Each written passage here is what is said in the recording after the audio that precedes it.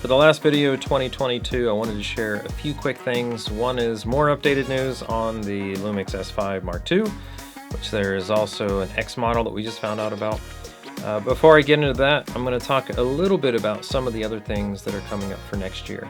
This channel was originally started to make a Stargate fan film, and I started getting into video and learning all kinds of different things about cameras, and that's what I love to do. I love to share what I'm learning with all of you, and then getting your comments and learning from you, and just becoming better at the craft. But this Stargate fan film is something that's going to be around spring, maybe early summer if I'm not able to get the things done that I need to get done.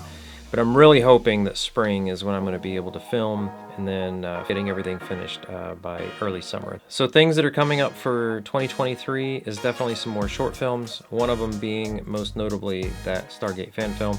I'm going to share some more things about it soon. I do have the script written, I finalized it. I feel good about the story. It's going to be a unique story, not any characters that anybody's ever heard of. Some of the set pieces you're going to find familiar. I already talked about a ZPM in another video, so of course I'm going to have a ZPM as a part of this. I won't share too many more details other than to say I'm super excited about it, and I hope you enjoy it. Here's hoping that Amazon Studios makes another Stargate series. So on to the Panasonic news. I'll share the full specs, but I'm just going to do the really quick rundown on what I found was most important. It looks like they're going to have internal 6K 420, not 422. But that's still a huge step in the right direction. It'll also be an H.265, which if you understand the difference between H.265 and H.264, they're going to limit it long GOP so that it doesn't look like they have all eye in the specs. But H.265 is half of the amount of memory as H.264.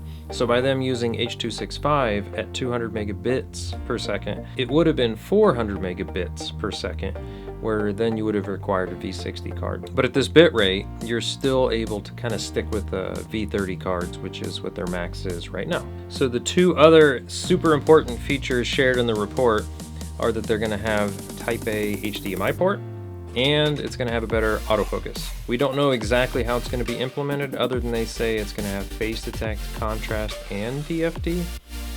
Regardless, still some question marks, but it should be much improved. For the S5 Mark II X model, the big one there is that they are including Apple ProRes. I'm going to guess that maybe the picture we saw with the Mark II with the fans was probably the ProRes X model, because that's what they have in the GH6. So the Mark II X may be the big video-focused version that we've all been looking for the S5. Panasonic seems to be really good about updating our cameras when they can, so here's hoping we get some really good updates on our software along with the Mark II announcements. I'm so excited about 2023, and I hope you are as well. Please leave any comments or any ideas that you're thinking of for next year. Thank you for joining as always, and I will see you next time.